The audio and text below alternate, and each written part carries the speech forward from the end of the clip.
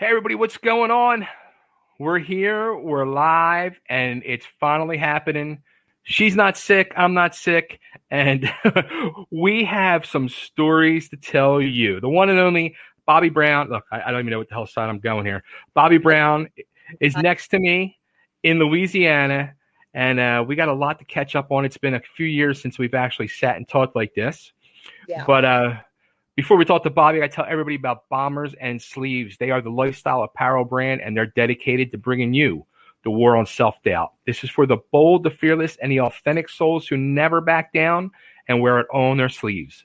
Bomb your boundaries today at bombersandsleeves.com. Well, everybody, she's here. She's my cherry pie. She's your cherry pie. And she is cherry pie until she dies. The one and only Bobbie Brown. Bobbie, how? Word. I would say, how the hell are you? But I already know. So what's going on? Just dodging bullets, babe. You know what I'm saying? Literally.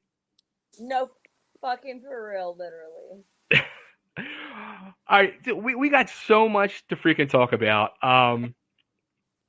I don't even know where to begin. So let's begin. Let's go back. The scary part is the last time we actually did one of these interviews, it might be 2 years, because I feel like it was right when you messaged me hey, I'm sitting here with Jamie Kennedy, and I had a stupid crush on him for 1 sec, and I think that was the last time. And then I was doing stand up, and then COVID hit, and I moved across country and got a stalker and almost died. So yeah, I think that's where we are.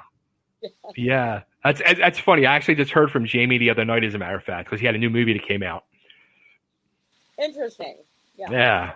The funny thing is, so I'm in Nashville now. I moved to Nashville from Philly, and went through a pretty ugly divorce. And oh, I'm so sorry. I didn't know that.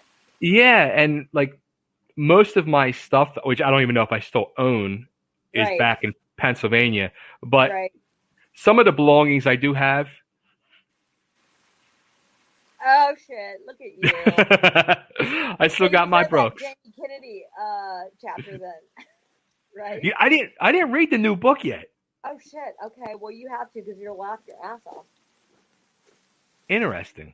Very interesting. You're in it. Really? Yes.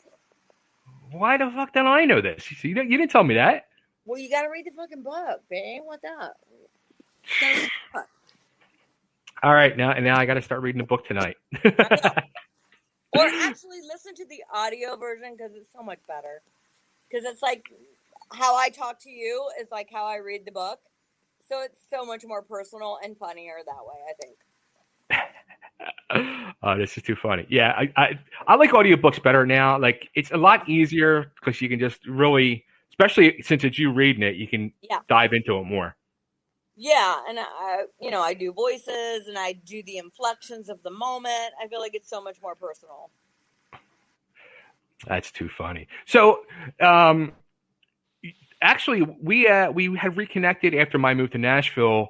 We started texting last year, and you actually you were driving to Louisiana, and you were like, fuck it, I'm moving to Louisiana. And I'm like, what? I was blown away. You're like, I'm going home. COVID hit, I freaked out, and I was like, if I never get to see my family again, I'll never fucking forgive myself. And will a career hold my hand in a hospital bed? Or, no, it won't. And like I told you earlier, I saw a documentary. It's ask yourself this question if you need an answer. On one hand, can you name 5 people you can depend on in a crisis? And I couldn't name any living there. And I said, okay, so the question to, the answer to my question is, I got to move. I got to go be with my family. Who knows what's going to happen tomorrow?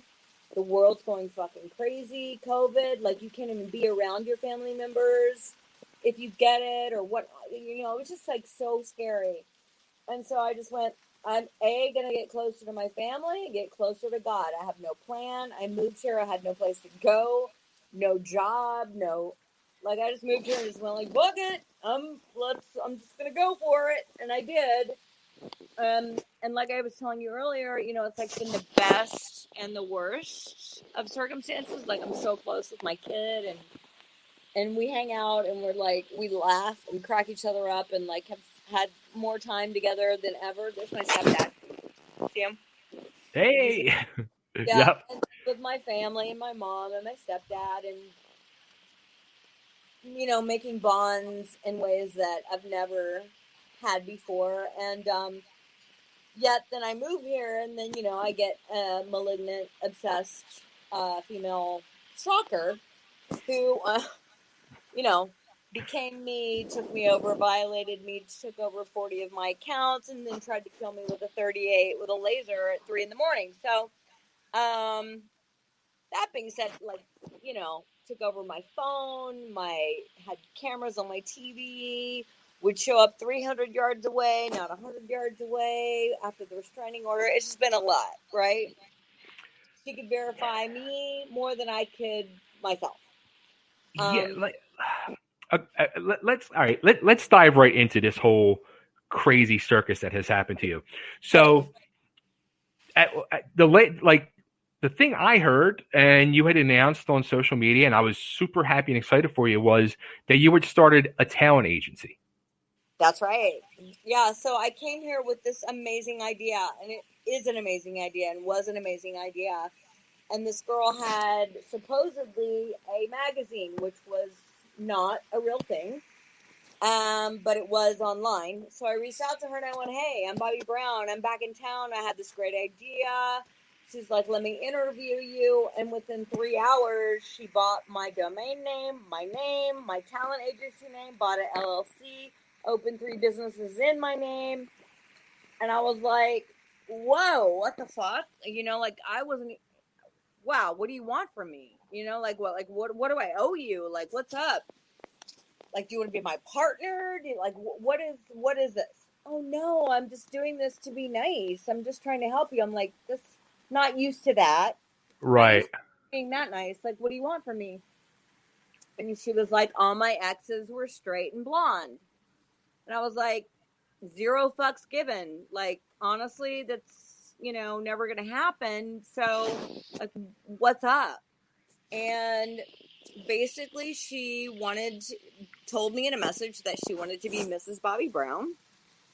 And when I rejected her advances, she decided to try and ruin my life.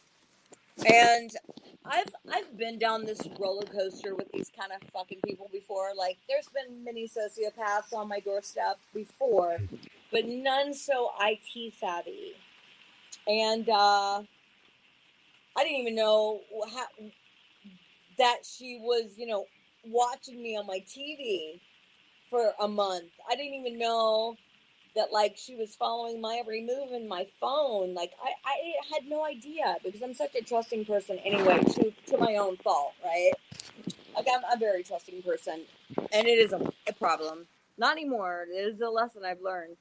But I remember day 2 saying to my mom, like, I'm not afraid of people, but like something tells me I should be afraid of her. Like my intuition. And my mom was like, no, it's not like LA. And I was like, okay, maybe you're right. Like, she talked me off the ledge. But I was right.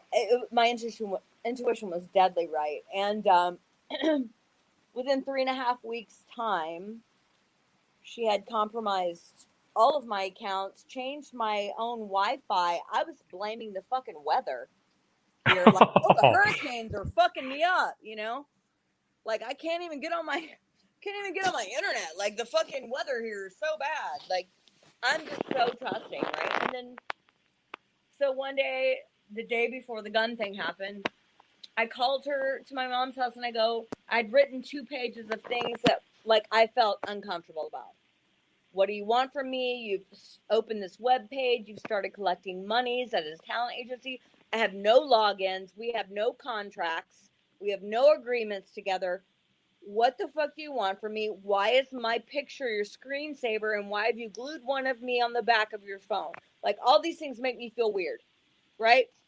All of these things I don't understand. All of these things I need to know what this is, right? And she started to hysterically cry. This is 3.5 weeks. Hysterically cry. I'm looking at her like, what the fuck is happening right now? She goes, you don't even know what today is. And I go, I don't even know the fucking date. Like, why would I know? Why would I know what today is for you? Like, I've known you for 3 weeks. She goes, it's our 3-week friendiversary. Yo, I was like, what? Wait, what? Like, okay, you're not gonna like the response I'm about to give you, but Oh shit. what the fuck? So essentially, she pours out her purse. She dumps her purse out, right? About her feelings, and I kick him to the curb, right? Obviously. I'm like, I'm sorry that all your exes are straight and blonde, but it's never gonna fucking happen. Give me the logins to all my shit. What the fuck? Like, what is this? So apparently when you're a malignant narcissist and you confront them, they get real mad and they're dangerous. Didn't know that. Of course, I'm like, what the fuck? You know, I'm so confrontational. Pissed her off. She shows up at my house at 3 a.m, demands to be let in, and I'm all half asleep, dosed with my Xanax, like, what the fuck's going on? You know? And she's sitting there, her flash goes off. I catch her her flash goes off on her phone, catches me by surprise. I look behind me, she's taking photos of my passwords on my iPad. And I'm like, what the fuck, right? So I confront her, and she gets real smug and weird, like super calm. I was like, whoa, what's up? She's like, do not fucking yell at me. I'm all, this is fucking yelling, like a psycho. Doesn't even flinch, dude. I'm like, wow, you need to get the fuck out of here right now. She's like, cool. I just gotta go to the bathroom. I'm like, fine, go to the bathroom, get the fuck out of here. I'm grabbing my keys. She's nowhere to be found. She goes all the way across my condo into my master into the bathroom, which is like not okay with me. Like, you're never invited into my private, sanctioned bathrooms. The guest bathroom is right there. I walk, I'm looking for her. I'm like, hello. I see my dog shaking like she's having a seizure. And I'm like, oh my God, what's going on with my dog? I look up and I see the devil. Like, the mask was off. And she looked like she was like seething with disgust. And I looked at her and I was like, oh my God, you don't even like dogs. Like, you don't like dogs. She's like, I don't. I guess I like chihuahuas. I'm like, you need to get the fuck out of here. Right? I'm thinking to myself, what am I dealing with? Like, I'm scared, I'm freaked out, but Right. so I walk around. She's supposedly behind me. I grab my keys. I go to open my garage door. I turn around, not there. Hello?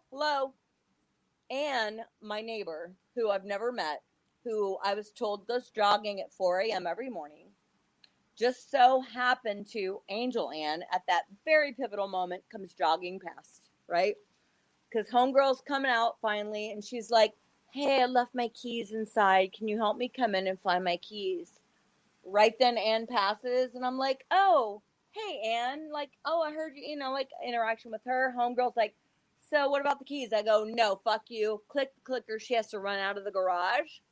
I walk in to a loaded 38 on my kitchen table. So within 30 seconds, she had walked out of my bathroom, put the gun on the table, and tried to coerce me to go back inside to help her find the keys that she had. Oh. So, okay. I'm fucking tripping balls at this point. Like, what? Is this a joke? Is this like, I pick it up, it's loaded, so I take a million pictures of it, and then just text my mom and go, the craziest shit has happened. I know it's fucking hella early, but I'm on my way over. On my way to my mom's is when I know she's in my phone because my Bluetooth is connected to my car. I get a message. It says Bobbie Brown replied. I'm just fucking driving. I'm like, oh my God. And I had to travel to California 8 hours later to go shoot a sizzle reel for a new reality show that I'm doing. And I look like a fucking crazy person. My parents are elderly. They're not IT savvy. They think I'm fucking writing a new show. They're just like, what? I'm like reeling, running around the house, like, oh my God. Like, just, it was, and it's still going. It's still going. Like, the FBI still has my phone. They destroyed her weapon on Christmas Day. She used my photo to sell fucking dildos. She's cleaned out every bank account, every PayPal account, every store, every merch. She stole my merch, recreated my merch, sold it online. Oh. I go to the police department, I open a magazine, and there's my photo promoting a rock show this coming March that I don't even fucking know about. I'm like, what the fuck? I open it, I'm like, okay, so let's just start with this. Like to the extent of how advanced she was, like I do not doubt that I've been the first or the last person she's done this to. Maybe the most famous or celebrity, who knows? Right. I'm sure other people just went like, fuck her, man, fuck. And just like ghosted her. But this is literally been devastating. Like I have wanted to move away, go off the grid. I've been depressed. And then my daughter just went like, this is not you. You're the strongest woman I know. Fuck her. She could never be you. She's in your accounts. Fuck it. You will, like, the light always comes out from the darkness, and the truth will always come to light. And you're so, this is just a setback. This only woke the bitch in you. Like, you cannot let this person take your life. And literally, for a minute there, I was like, I didn't shower. I didn't get out of bed. I couldn't be me. You know what I mean? Wow. Online or anywhere. I was depleted of my money. It was devastating. Like, honestly, it was devastating. But let me tell you something. If it's taught me anything, it's to follow my gut. That I'm fucking stronger than her. Nobody can be me. She could never be me. She's got blonde hair, blue contacts, and a dog like mine now. However, never gonna be me. Can't be me. And she got a lot of money, got a lot of good contacts, but you can't carry on a facade forever. And now that I have such a supportive family and my daughter, and I have my accounts back finally, and I have a show I'm working on, and the third book is essentially writing itself. Right? And do I have like some stand-up material? Fuck yeah. I just need to stand up somewhere. It's just been a blessing and also a learning experience and a curve and like I've had to like get with God for real, because there was a point where I was like,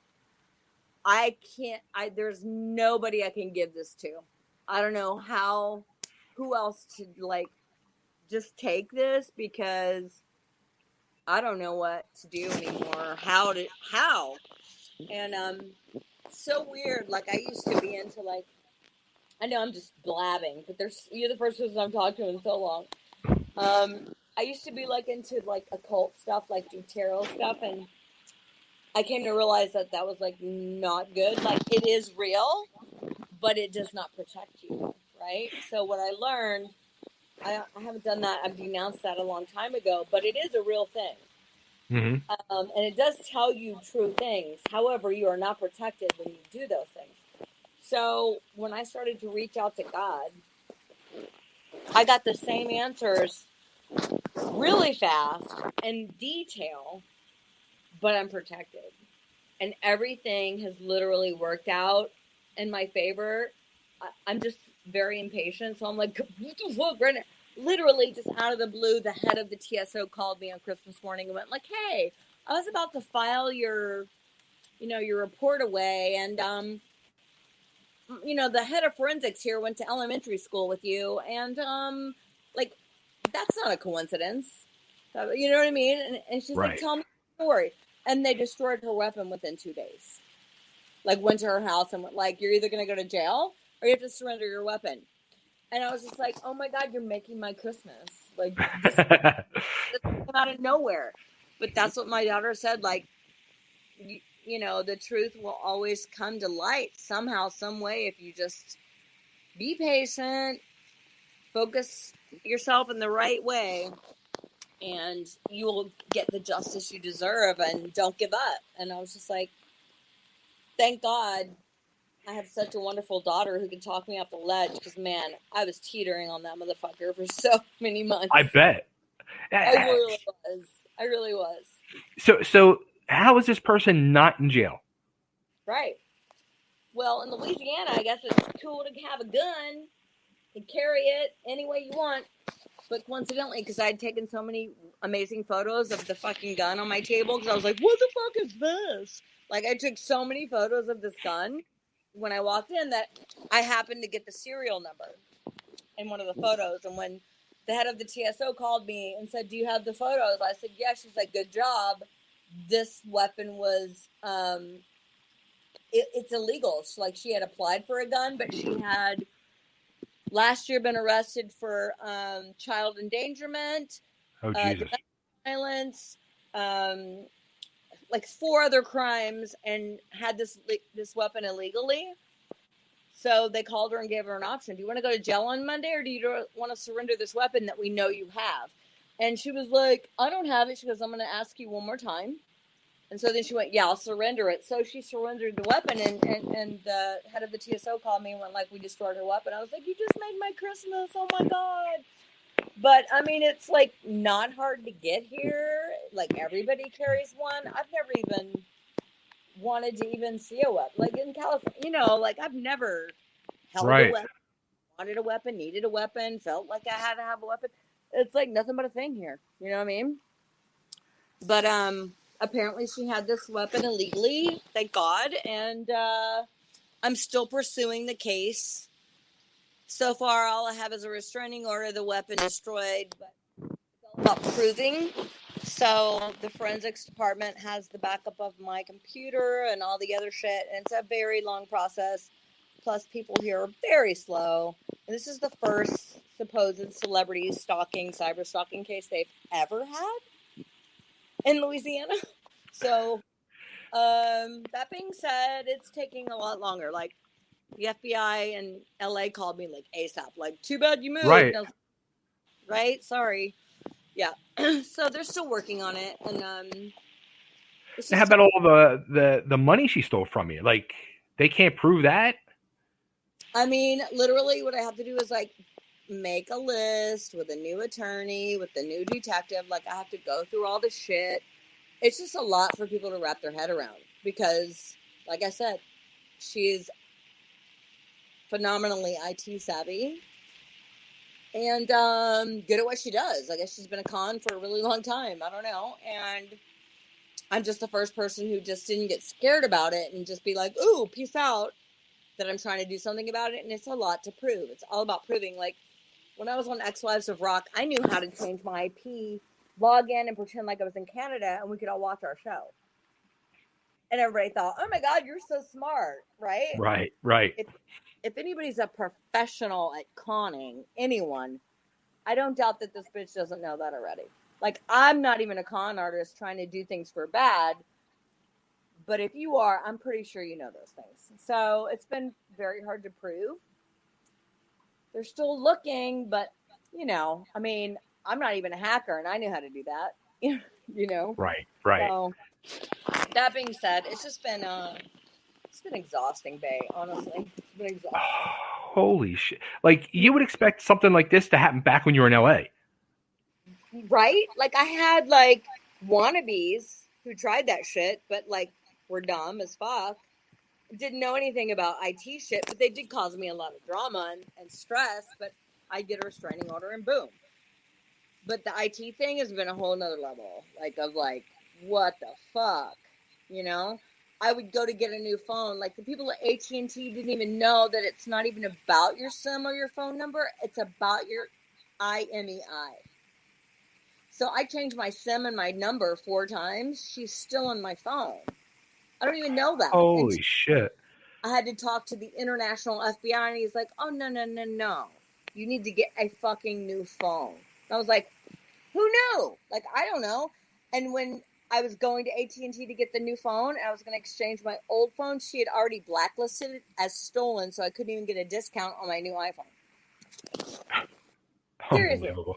No, Unbelievable. So it's just like been one thing after the next, but let's talk about good shit, man. Like I want to come out to Nashville and Good. do stand up and like get out again and like have my life again and be funny again and get paid again. Right? So where do you go from here now? Like, is the talent agency still something on your radar that you want to do? Honestly, everybody says like that's still so legit. You should do that, but I'm still super violated by it. Like I'm still getting tax papers for an agency I never even owned right now because of it. Right. Even though it is a great idea and it would have been bomb, like she kind of fucked that idea for me, and just I just would rather like pursue me. But it was a great idea, and it was gonna be awesome, and it would have been awesome. For right now, I just want to do me. I want to do stand up. Have a reality show with 3 of the girls who used to be on X Wives of Rock, plus Gretchen Bonaducci and 2 other new girls.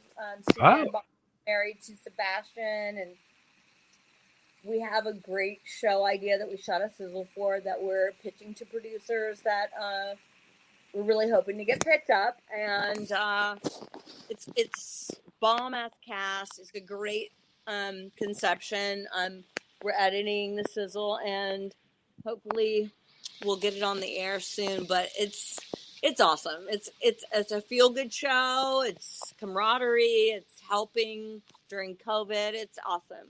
It's called Rock in a Hard Place. nice. Now, one thing, as we've become friends over the years and done many interviews, Yeah. you and Athena were, like this, and you had like a parting of the ways for a little bit. But I had saw, I guess it might have been 2 years ago, a year ago, whatever it was, that you guys are back together. Yeah, we got back together. Yeah, like she moved to she moved to Washington and became a nurse again, actually. And before she moved, we hadn't spoken. You knew that whole thing. We had lunch. Nothing was mentioned. Like it was almost like, oh, hey, girl. Like nothing was brought up. And it really still hasn't been. But I was doing stand up and stuff. And then, like, I guess it was like 8 months ago, she sent me a long message like, you were the best friend I ever had. I'm so sorry. Like she came forward and was like, I miss you. All those things. And I was like, girl, it's like a breakup when you left. You know what I mean? So yeah, and we've seen each other. We got together for the sizzle filming, and we love each other. We're like sisters, honestly. It was just like, it's so good to see you. Yeah, we haven't talked about the bad blood, but really, I mean, I was in a shitty relationship. She was getting sober.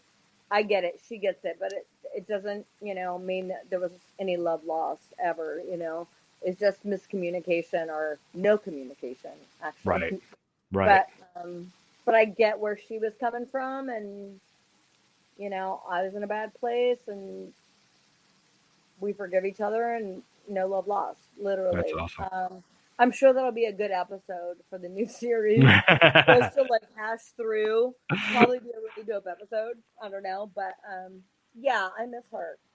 I miss all my friends. I miss my life, but I also don't want to leave my family, so it's super weird. Yeah, like, do you think of that now? Like, you were back in LA and Hollywood and in the midst of all that hustle and bustle of entertainment, and now you're back in Louisiana in the family element. So it's kind of 2 different worlds. Do you kind of think to yourself, all right, like when stuff opens back up, like I'm not in the mecca center of entertainment world anymore. It's so hard because nobody here gets it. Right. Nobody is in the entertainment realm here, and I've talked to those people, and they like are so backwards ass when it comes to like understanding what I may be able to bring to the table. Like I'll send them my resume and my bio, and they're like, "Whoa, like we're not like California," and I'm all, "Yeah, I'm just like looking to get paid. Like I'm not trying to, compare anything." But and then I go back to LA for a week, and I'm just like nonstop making money, making meetings. Like I go, nobody understands it here. Like so, as much as I love to see my family and be with my mom and my kid and visit them every day, there's so much of me that has no purpose as well. Like, that is my purpose, but like, I can't make money here. So I fly Right. back to LA, I'll do this, I'll do that, but like, I hustle when I lived there. Like, I hustled. I was nonstop. I was writing books. I was doing stand up. I was writing comedy sketches. I was, doing interviews. I was doing national commercials. It's like nobody knows how to wrap their head around that shit here, man. They're just like, whoa. And I'm like, okay, what up? So it's super bittersweet. Like, I go back and forth between what do I do? And my family is like, don't ever leave us again. And I'm like, okay, well, I really need a job. Like, I need somebody to understand my worth here. And it's been weird. And plus, this whole stalker thing's been fucking weird. I'm super, like, looking over my shoulder every 2 seconds. Like, super triggered here. I can imagine. Yeah, so it's been weird. It's just been a weird time, and I know that there's a meaning or a reason that I came here and made that decision. I'm sure that I'll figure that out soon enough. I haven't really yet, but I mean, I know it's not for nothing. Obviously, it's something I've needed to learn, and I just, it'll all come about. I just hope it's going to be good and not bad. To go through all this, there's definitely got to be a friggin' reason behind all this. Good, right? I just hope it's Yeah. so good. I keep telling people, like, if I commit suicide, look into that shit. I won't kill myself. You know what I mean? And I say that in jest, but I don't mean it. Literally, like, I know there's a reason behind all of this. I don't really know what it is.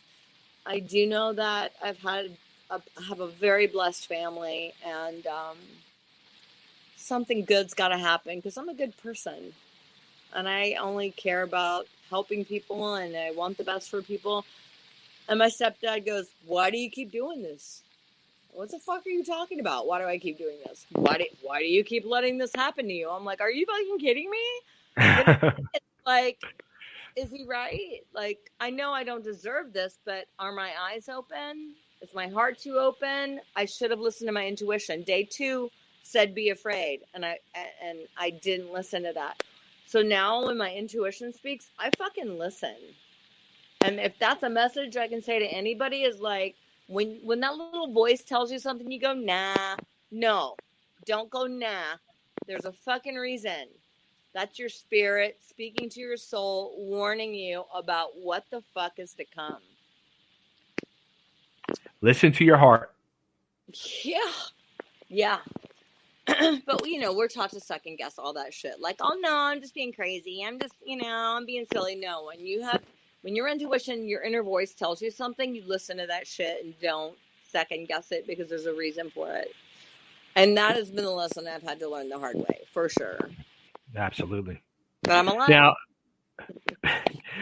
Now you mentioned another book. Are you going to really do another book? Are you saying that in jest? Saying that in jest. Really, because I haven't even been paid for the second book, if we're being honest. However, the first book I have an amazing team of writers who have written a series of Dirty Rocker Boys, and it's fucking amazing. And we're getting the final, the writing, like, actually this week. It's so good, you're gonna die. Like, so we're gonna be pitching it to major, like, Netflix, Hulu, all of that. But I have the most amazing writers, and I got the first series, which is that we're shooting it as a series, not like a documentary. Okay. And super excited about it, and I feel like it's going to be amazing. And it's been in the works for like a year and a half, and then COVID hit, and it was like, but now it's back on track, and I can't wait for that to happen. That's going to be awesome. That would be awesome. Just like you said, like for like a Netflix type thing, that would be perfect. It's so cool because it's like I'll have to send you like the first series. I'll send you the first episode, and you'll be like, "What the fuck?" Because it's so visual. It's like I don't know who would play me, but we've talked about it. But we haven't come to terms with who. But it's like, the first scene opens with me like doing a line of meth, looking in the mirror, going, "Gross," right? This is like, that's how it starts. And it goes back, it kind of Tarantino's, kind of like my book does, but it's fucking badass. I think it's gonna be awesome. I'm super excited about that. And then the reality series, like I said, that I'm working on, and book 3 is just a joke that I say, but it really has been writing itself. If I were gonna pitch a book 3, it's like so easy. All I have to do is just have somebody send this interview to my Caroline and be like, "Hey, what's up?" Like, I don't know. Yeah, right. But yeah, just and I'm also working with this guy who I'm coming out with my own cherry pie strain of pot. It's Really? dope. Yes. Literally. No, like literally. Do you remember Chris Crush? Yeah. Yeah, I don't know the band or whatever, but he's like huge in this dispensary business. His dad died, left him some money. He opened a dispensary with his brother. They're killing it. And he called me. He's like, "Would you be interested?" And I was like, "Fuck yeah. That's such a great investment." So we've been talking, and we're signing papers next week. And I think that's going to be a dope idea. Literally a dope idea. Like, I just got back from Boulder before everyone was shot, which is horrible. But we just went there, and me and my stepdad and my daughter stayed high the whole time, and it was so much fun. That's hysterical. I know. And I don't even smoke pot. So I was ridiculous. I was like embarrassing. My daughter was like, "This is the funniest shit ever." But it was fun. It's funny because like the whole cherry pie thing. I mean, was there a point like it seems like you've totally embraced it. Like I think it was on one of your social medias, cherry pie till you die. And that's why I said that in the beginning. And I was just like, was there ever a point like we everybody knows like what Janie went through, how you kind of came to regret writing that song. Did you ever go through a point like regret being the cherry pie girl?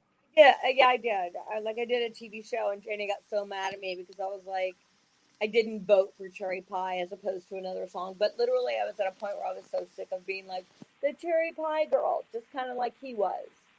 Being like, "Oh, the Cherry Pie guy." I did an interview the other day, and I was like, he was such an amazing, talented writer, and Cherry Pie wasn't even on the album. And then like Donnie Einer called him at the last second and said like, "We need a loving in the elevator, loving in an elevator. Like, we need like a poppy anthemy song for this album."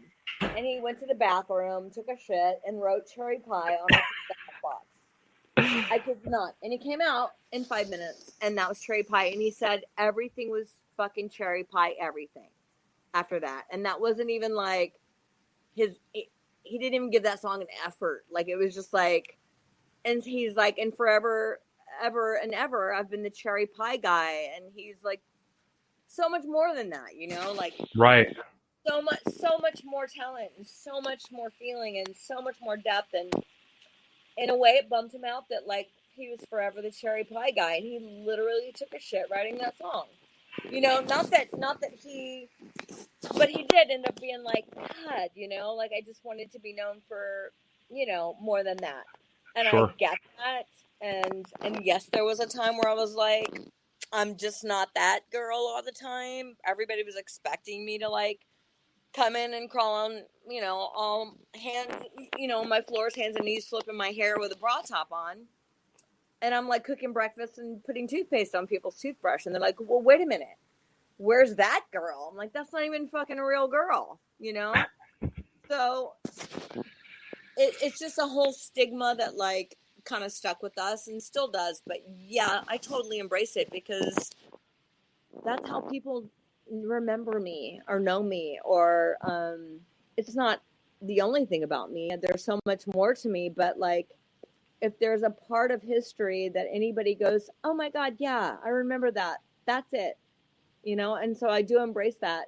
That's what makes us have a conversation or me relevant at 53. You know what I mean?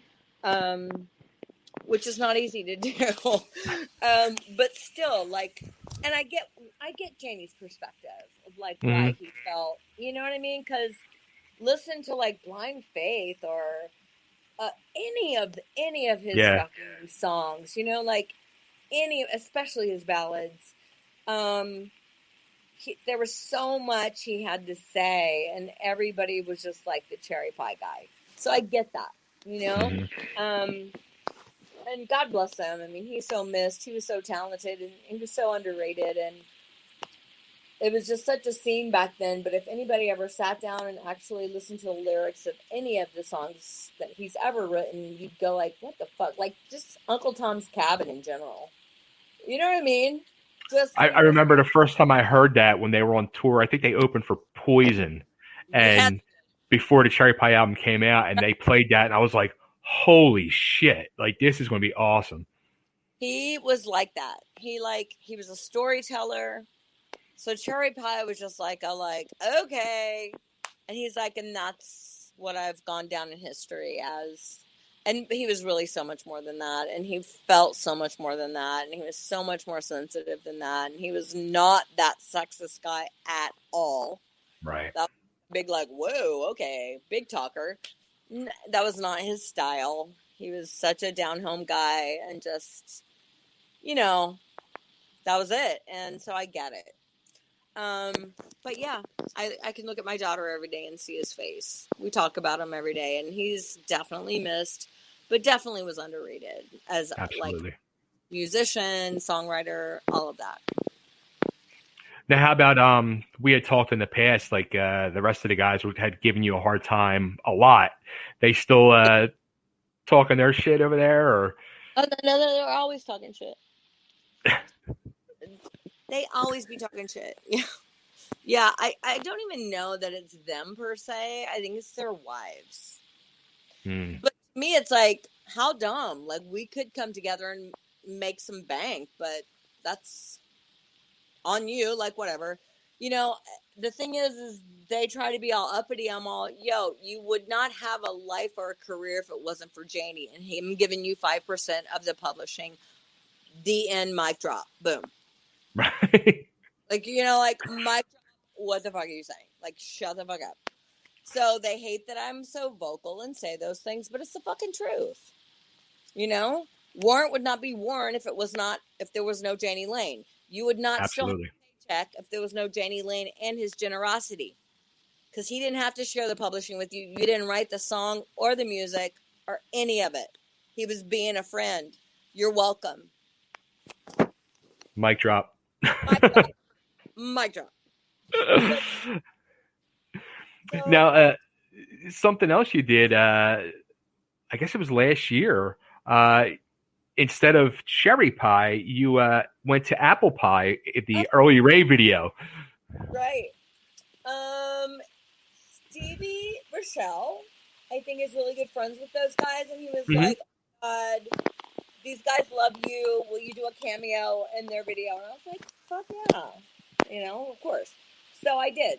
And it was cute. I thought I looked cute. I got paid. Props to them. Like, yeah, I'm totally down. Especially if you're paying me. If you're paying me, I'm totally down. But I mean, Stevie's still a really good friend of mine, and he always has my back. And it was a good song. It was. It was a good song. Yeah. And I thought that was a cute, cheeky little, like, like wink, wink at the end. Kind of like, all right. So, yeah. It worked. It definitely worked. I mean, I thought it was cute. That's and awesome. They worked around my schedule. We're totally easy. Like, I'm not always the easiest to work with. Bullshit. But I am. I'm kind of not be too. But they were very cool. And it was super easy. And they were so sweet. So sweet. That's awesome.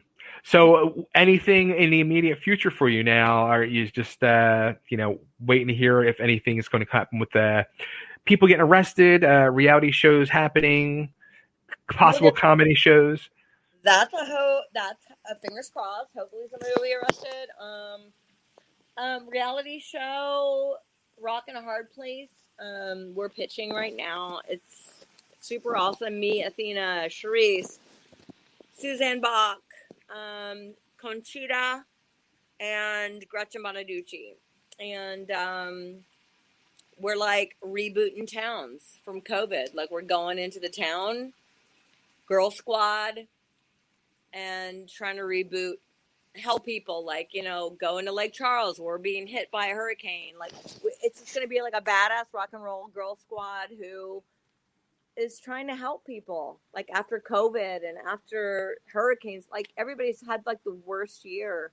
And girl power plus sincere camaraderie and intention.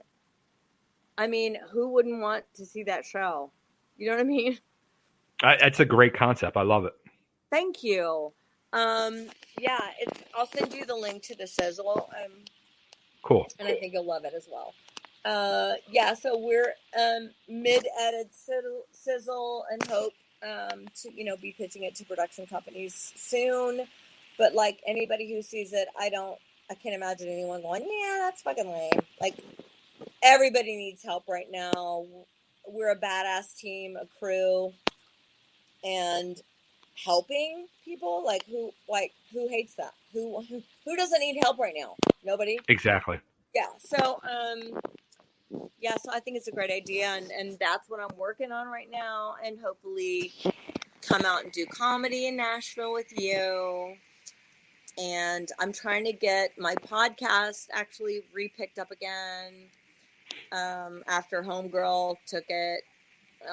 But now it's my daughter and I. My daughter's fucking, if you think I'm crazy, have a crazy mouth, have a retard, like a silly mind, she and I can tit for tat, like in the grossest, repulsive, embarrassing, hilarious way. That my brother literally jumps out of the group chat like 20 minutes in. He's all like, he's just like, I can't, like, wow. She's hilarious. So she took over Charisse's spot when I was doing Sweet and Sour Hour, and my girl's the tits. She's like, I think she's actually worse than me, like potty mouth. Like somebody said yesterday to me on Instagram, you're a has-been. You haven't been hot since the 90s. Anyone that tells you you're beautiful is just kissing your ass. And I was like, oh my God. My daughter went in with the like harshest, who thinks that way, like attacked this person so hard with the cruelest, meanest shit that I would even think of, and that person like literally deleted their profile. Like she went so hard at them that I was like, oh, my stepdad's like, oh my goodness. And I was like, holy shit. And then the person deleted their profile and their comments. And I was like, oh my God. Holy shit. Okay. Yeah. She's like, I'll clap back at that motherfucker all day long. And I'm like, oh my God. She's hilarious. Because I can't. I won't. But she's like, who the fuck is it? Like, she's so protective. She's so awesome. I just love her. Now, does she have any desire to like go into the world of entertainment?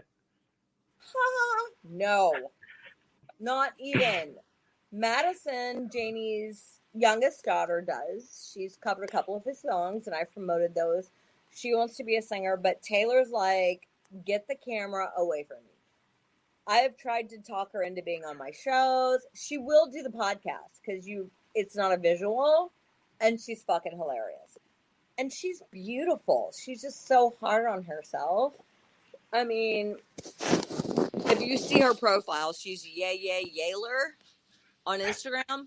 My daughter's beautiful, but she's so okay with being self-deprecating and like making the ugliest faces. And she literally gets off of taking the worst photos of me and posting them. And I'm like, really, dude? She's like, it's just amazing. And she's like,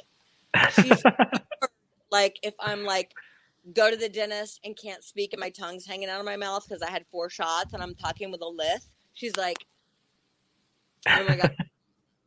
Like, she just loves it. So It's been amazing being here with her and my mom, and we're just cracking each other up. But I would like to make some money, so call me out to come do some stand up. Let's do this podcast shit. I'm in. I'm all in. There you go. That sounds like a plan. Awesome. Well, you look great, babe. I'm glad you're happy. Thanks, Bobbie. Yeah, it's you know, I came to a reality in life. Like I was doing an interview, and somebody said to me, like, you know, you've done, you know, pro wrestling, you played in a band, you do your podcast, you've done all this stuff. Like, what is there in life you want to do? And I was like, it hit me instantly. I'm like, I just want to fucking be happy. Like I just want happiness in my life, and I realized like I was never happy, and I found happiness. That sucks. I'm sorry. I know how you feel. I often feel that way too. I'm like, I just feel like I need a purpose. I want to be happy, and there's moments of happiness, but like, I feel like happiness would be to get paid to do what we love, to be ourselves, and to be with our kids. Right. And that would be happiness, right? Like to be paid to be yourself, do what you love, and to be around your loved ones at all times. Can't we just fucking get that? How hard is that? It's kind of hard sometimes. It sounds so easy, but it's not. It isn't. I know. Well, I know we didn't get to meet in Burbank when y'all came in that time, but hopefully we can meet in Nashville and do this whole thing until, if you see my Nashville buddy, John Karabi, I said, hey. Yeah, I got to, like, get together with John. Like, we're two Philly boys. We should be hanging out here in Nashville. For real. Like, seriously, just hit him up on Insta. I'm sure he'll get right back to you. I'm going to do it. You should, because he's so awesome. He's been in touch with me ever since the Motley days. Like, for real. He's an awesome guy. And his son, too. Yeah, actually, his son was playing with Jeff LeBar's son from Cinderella and another buddy of mine from Philly. They were playing in Tantric for a while. Well, yeah. I saw with his dad when I hosted some rock fest that the guy ended up taking all the money and leaving. I forget what that was. It was like 5 years ago. But yeah, Ian is like, I think he's a drummer, and so you should totally hit them up because they would probably be good friends of yours. And Christian, who's also a good friend of mine, who's now the lead singer of Blind Melon, who lives there. Okay. Yeah, I used to live with Chris. He took me in when I was like homeless. Me and Taylor, like way back in the day. He's like one of the nicest, realest, authentic people you'll ever meet. Okay. See that? So this is another reason why you need to come to Nashville is help me make more friends. Honestly, if you just say Bobbie Brown said I should reach out to you, she had said nothing but wonderful things about you, you will have 2-3 instant, amazing human being friends in your life. For real. Like, and when I come there, I intend on seeing every single one of those people. Well, let's make this happen. Let's do it. Cool. Bobbie, great catching up with you. I wish there was not all the psychodrama that you've had to go through. Hey, never a dull moment, right? That's an understatement. It's gonna be good. We're gonna come out on top, I think. Pretty sure. Absolutely. Where should we send everybody to? Where's the best place they can find you? That is you. It's really you. Somebody said the other day, will the real Bobbie Brown stand up? I'm like, first of all, that's not how you spell my name. Secondly, it's really me, @Brown Bobbie. And my Facebook and my Twitter are all back in my name, Bobbie Jean Brown. So @Brown Bobbie on Insta, it's actually me. Again, finally. Awesome. Yeah, I was scared to message you for the longest time. I was like, I don't know who I'm going to talk to. Honestly, like, for real, somebody's like, I don't even know how to contact you. I go, there really was no way to contact me until last week, so it's okay. But yeah, and then I posted all that shit, about what's been going on, and slowly but surely I'm getting back into my life, getting Bobbie's life back. It's pouring down fucking rain here. Do you hear this? I do. Yeah. Kind of nice when you want to be sleepy, but it's still early. Bobbie, great seeing you. Let's talk. Keep in touch, and let's make it all happen. Okay. All right, night.